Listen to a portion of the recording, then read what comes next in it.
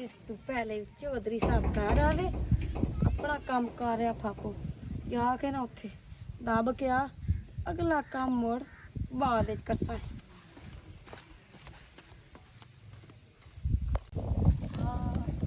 ਹਾਂ ਹੀ ਸਬਜ਼ੀ ਆ, ਮੂੰਗਰਿਆਂ ਦਾ ਬੀਜ ਵੀ ਜਿਹੜਾ ਡਕਾਇਆ ਹੋਇਆ ਇੱਥੇ ਹੀ ਕਰਦੀ ਹੈ, ਇੱਥੇ ਸਹੀ ਨਾ ਅਕਸਰ ਨਾ ਇਹ ਥਾਂ ਹੀ ਆਉਂਦਾ ਹੈ।